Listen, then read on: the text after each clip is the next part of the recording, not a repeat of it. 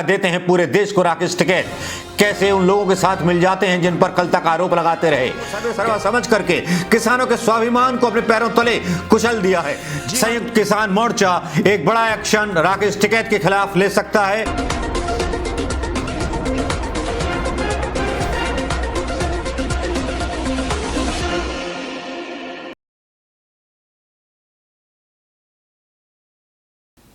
दोस्तों नमस्कार, मैं मनोज कुमार शर्मा, आजाद हिंद आवाज न्यूज के लिए आज एक ऐसी शॉकिंग न्यूज जो सबको एकदम से शॉक दे गई। एक ऐसे नेता के द्वारा जिस पर पूरे भारत के किसानों ने, गरीबों ने, दलितों ने एक उम्मीद बांध रखी थी कि ये कम से कम गैर राजनीतिक नेता होगा जो भारतीय जनता पार्टी के खिलाफ अपना 56 इंची सीना लिए खड़ा है। लेकिन वो 56 इंची सीना कब बिक गया इसके बारे में कुछ नहीं कह सकते। लेकिन जिस तरह से टिकैत, जो कि कभी राकेश टिकैत विश्वसनीय रहे नहीं, सब जानते हैं करोड़पति किसान हैं, भारतीय जनता पार्टी के लोगों ने और भक्तों ने कितनी गालियां इनको बकी, उसके बाद भी इनकी वफादारी भारतीय जनता पार्टी के साथ आज खुलकर नजर आने लगी। अभी कुछ 24 घंटे पहले टिकैत ने ऐलान किया था कि आरएलडी और अखिलेश यादव को वो समर्थन देते हैं चुनावों में। एक सीधा तमाचा था, सरकार पर एक दबाव बनाने का मौका था जो बना सकते थे। लेकिन अब संयुक्त किसान मोर्चा एक बड़ा एक्शन राकेश टिकैत के खिलाफ ले सकता है और दोनों भाइयों के खिलाफ ले सकता है, किसान यूनियन के खिलाफ ले सकता है। किसान यूनियन का जो है अब अस्तित्व खतरे में पड़ गया है। किसान यूनियन को मोदी के और भारतीय जनता पार्टी के नेताओं के तले जमीन पर एक रंडे की तरह बिछा दिया है। उसके स्वाभिमान को इन दोनों नेताओं ने, चाहे राकेश टिकैत हो चाहे नरेश टिकैत हो, इन दोनों ने अपने आप को सर्वा समझ करके किसानों के स्वाभिमान को अपने पैरों तले कुचल दिया है। जी हां दोस्तों, कहानी कुछ ऐसी ही हुई है कि संयुक्त किसान मोर्चा कभी भी राकेश टिकैत और इनके बड़े भाई नरेश टिकैत और किसान यूनियन जो इनका संगठन है उसके खिलाफ कोई बड़ा निर्णय ले सकता है। ऐसी क्या वजह हो गई, ऐसा क्या पहाड़ टूट गया जो निर्णय लेने की वजह आ गई? वजह हम बताते हैं। वजह समाचार पत्रों में भी छपी है, वजह शायद कुछ आप में से कुछ लोगों को पता होगी, लेकिन वजह साफ ये है कि पहले तो आरएलडी और सपा को खुला समर्थन दे दिया टिकैत ने, और फिर सफाई दी कि मैं ज्यादा बोल गया, मुझे इतना नहीं बोलना चाहिए था। हम किसी पार्टी का या चुनाव में किसी का भी समर्थन नहीं करते। और पिछले बयान को गलत बताते हुए नरेश टिकैत ने कहा कि बहुत ज्यादा बोल पड़े थे, जो गलत है उन्होंने साफ किया। संयुक्त किसान मोर्चा ही सर्वोपरि है, यदि हम उससे अलग जाते हैं तो फिर वो हमें बाहर भी कर सकते हैं। आप देखिए, ये वही टिकैत हैं जो नाटकबाजी कर रहे थे और रोए थे। बहुत से सोशल मीडिया पर लोगों ने इनकी ईमानदारी और वफादारी पर सवाल उठाए थे। ये भी कहा था ये आते हैं किसान आंदोलन को तोड़ने के लिए, पैसे लेकर घर बैठ जाते हैं। लेकिन चूंकि इस बार का जो कृषि कानूनों पर किसानों का आंदोलन था वो पूरे देश के किसानों का आंदोलन था, टिकैत उसके दलाल नहीं थे, इसलिए टिकैत को झुक करके रहना पड़ा। अंदर की खबरें सरकार तक पहुंचाने का काम बखूबी करते रहे, तब भी, अब भी, जब भी।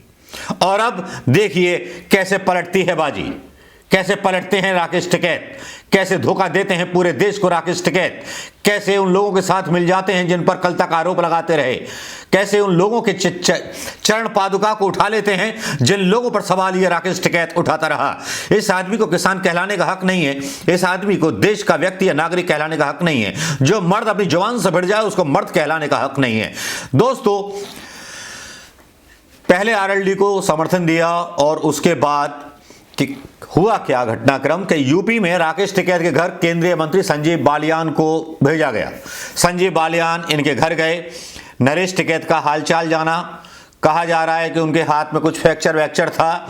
वहां पहुंचे और टिकैत परिवार ने बड़ी महत्वपूर्ण भूमिका निभाई थी किसान आंदोलन में। कहां से पैसा लाए, क्या किया, कौन फंडिंग कर रहा था, कौन इनको अन्ना हजारे की तरह वहां बिठा करके बड़ा नेता बना देना चाहता था। लेकिन अपने मंसूबों में सरकार भी कामयाब नहीं हुई। एंड टाइम पर नरेंद्र मोदी को भी लग गया कि अगर राकेश टिकैत को मौका दे दिया और किसान नेता बना दिया तो कहीं यूपी के चुनाव में उनके लेने के देने ना पड़ जाएं, कहीं अरविंद केजरीवाल की तरह अलग होके संघियों से सरकार का दावा उत्तर प्रदेश में ये राकेश टिकैत ना ठोक दे।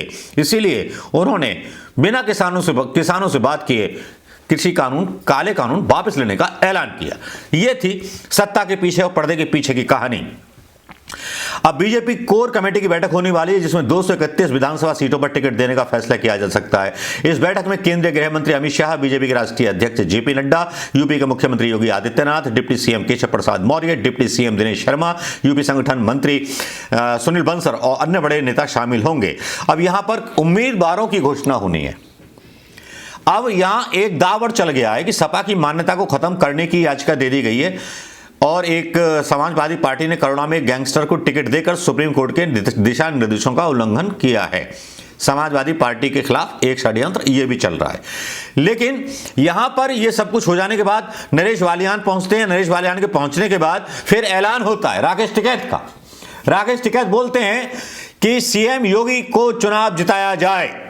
आप देखिए कैसे पलटा खाता है वो राकेश टिकैत जो कल तक दावा कर रहा था। इस राकेश टिकैत को कोई पछतावा नहीं है कि किसानों को जीप से कुचला गया।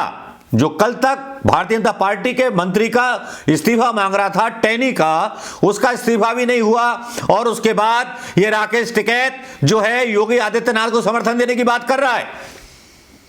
क्या ऐसे आदमी को नेता कहा जा सकता है किसी का? जिस आदमी की जुबान व्यक्तिगत तौर पर खुलती हो संगठन के बिना, वो तानाशाह संगठन चलाता है या जाटों का एक संगठन चलाता होगा या हिंदूवादी संगठन चलाता होगा या सरकार के हाथ की कठपुतली होगा। यह बयान उन्होंने दिया। एबीपी लाइव न्यूज पर यह ऐलान किया गया। भारतीय किसान यूनियन के नेता राकेश टिकैत ने सपा आरएलडी को समर्थन देने की बात से यू टर्न ले लिया है। उन्होंने कहा कि वो चुनाव में किसी भी पार्टी गठबंधन को समर्थन नहीं कर रहे। भारतीय किसान यूनियन के राष्ट्रीय अध्यक्ष राकेश टिकैत ने सपा आरएलडी को समर्थन देने के बाद यू टर्न लिया और इस बात का खंडन किया कि यूपी में हम किसी के साथ नहीं हैं। सपा आरएलडी के समर्थन से यू टर्न लेते हुए उन्होंने कहा कि हम सीएम योगी को जिताने की वजह बताते हुए कहा कि चुनाव के बाद विपक्ष का मजबूत होना जरूरी है, इसलिए योगी को ही जीतना चाहिए। योगी के साथ ही बीजेपी के बाकी बड़े नेताओं को भी जीतना चाहिए। ये नेता जीतेंगे तभी चुनाव के बाद विपक्ष मजबूत रहेगा। यह बयान सियासती हलकों में बहुत गंभीरतापूर्वक लिया जा रहा है। ये वो राकेश टिकैत हैं जिनके साथ, जिनकी मांगों के साथ पूरा विपक्ष खड़ा रहा था, खासतौर पर कांग्रेस। समाजवादी पार्टी को आप सपोर्ट कीजिए, आरएलडी को सपोर्ट कीजिए, कांग्रेस को बिल्कुल सपोर्ट मत कीजिए।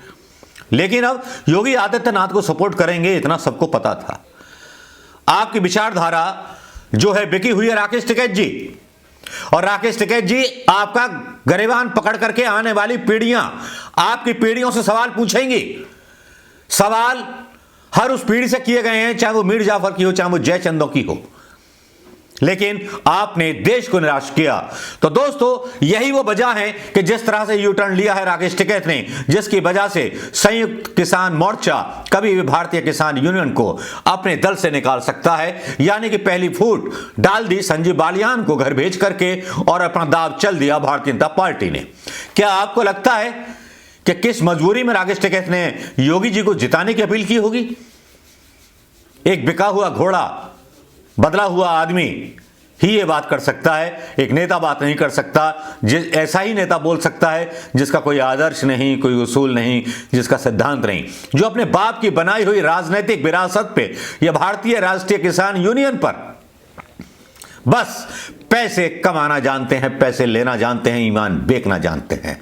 आज हैरानी हो रही है आज यू टर्न लेते हुए राकेश टिकैत पर। या तो राकेश टिकैत सपा और आरएलडी का पहले समर्थन ना करते, या राकेश टिकैत संजीव बालियान के जाने के बाद योगी का समर्थन ना करते, तब समझते। लेकिन आज सवाल उठ गए राकेश टिकैत पर। राकेश टिकैत को कोई दुख नहीं है, ये सिर्फ किसानों के नेता बन करके एक भेदिए थे, एक मुखबिर थे सरकार के, जो घूसे गए थे अपने लोगों के द्वारा कि भारतीय संयुक्त राष्ट्र किसान की आंदोलन की सारी खबरें इनके द्वारा मिलती रहे। दोस्तों आपको क्या लगता है, राकेश टिकैत अपनी जगह सही है? अगर संयुक्त किसान मोर्चा के खिलाफ कार्रवाई करता है तब क्या वो सही होगा, या देश में आज इज्जत आधी रह गई राकेश टिकैत की? सवालों के घेरे में मैं और आप सब हैं। सवाल रात भर परेशान करेंगे, सवाल जब तक परेशान करेंगे जब तक चुनावों के परिणाम नहीं आ जाएंगे। दोस्तों नमस्कार, जय हिंद दोस्तों।